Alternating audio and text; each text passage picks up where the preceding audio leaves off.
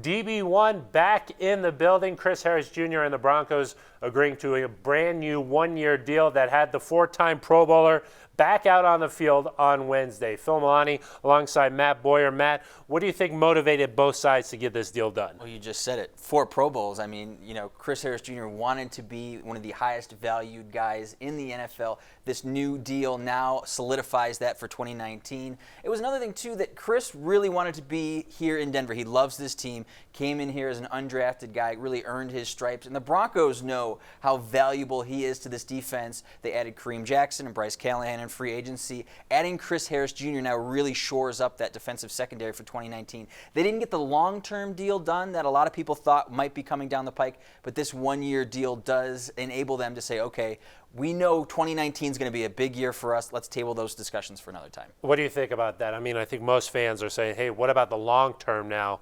Do you think they can get a long-term deal done? I think so. I think it's going to be about finding that right number between both those sides. This now allows Chris, he's said for a long time, and the numbers do back this up, that he's one of the top guys in the NFL. If he goes in and plays to that top level again, he's going to be able to command a great number for himself next season. And I think the Broncos would be willing to bring him back because, as we mentioned, the history he has with this team, the Pro Bowl pedigree, the All-Pro pedigree that he's got, I think that they want him here for the long term. It's now just about, okay, focusing on this year. That's what this deal is really about. Yeah, exactly. This eliminates any sort of distraction, as Chris Harris wasn't around here for the offseason program. Now he has 2 weeks to get acclimated, learn this new defense, learn some of his new teammates. What do you think this defense is going to look like now with Chris Harris inserted into the secondary? I think it's going to be nasty. I think it's going to be a very, very tough defense. We mentioned Kareem Jackson, Bryce Callahan, Isaac Yiadom playing again in his second year. We're expecting some bigger things from him. Will Parks and Justin Simmons at the safety positions. That secondary is really shoring up now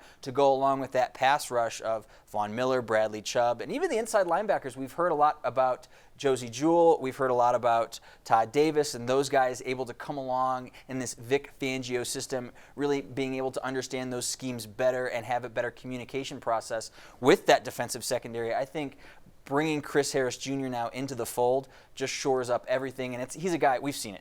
He's one of the smartest guys on the field. He's able to pick up the defense really, really quickly. So as far as fitness and as far as picking up the playbook, I don't really see that being a problem for him as we go forward. Yeah, only got to see him for a short period today, but nonetheless, still nice to see that 25 jersey back out on the practice field.